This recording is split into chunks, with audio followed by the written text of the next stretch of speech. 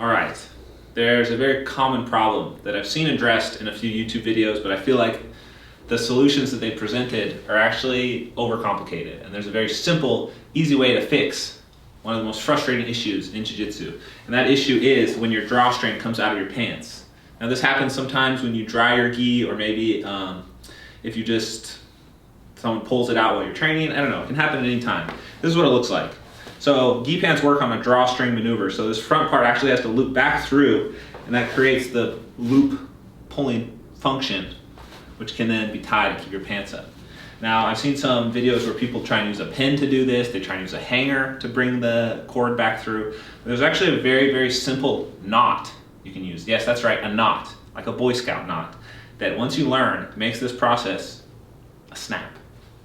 So, the issue here is you have to understand how these loops work. And if you don't understand how they work, the inside workings of how a belt loop works, you're going to mess it up and pull it through the wrong way.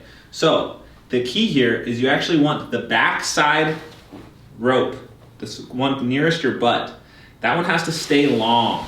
So you actually pull this through pretty far forward, because you need to make sure that there's slack to pull this one all the way through. A lot of people make the mistake of trying to tie it too close. They pull both ends through, and then you just have the same issue on the other side.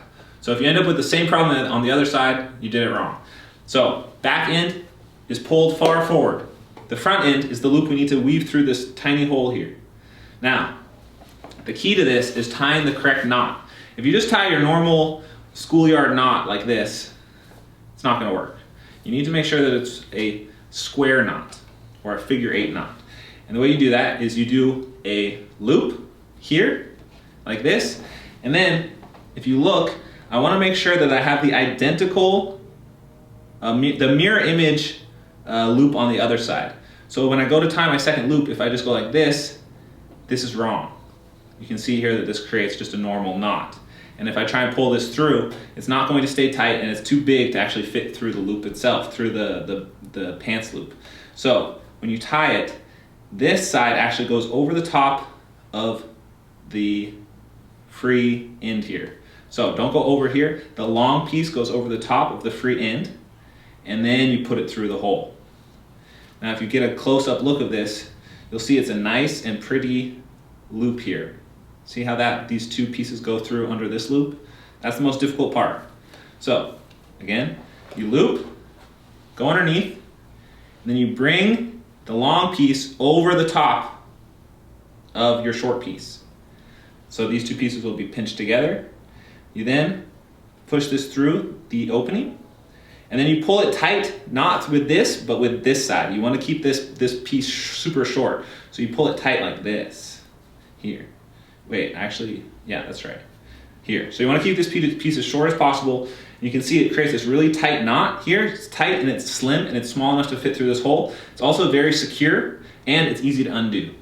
Then all you have to do is you go to this side of your pants, pull it.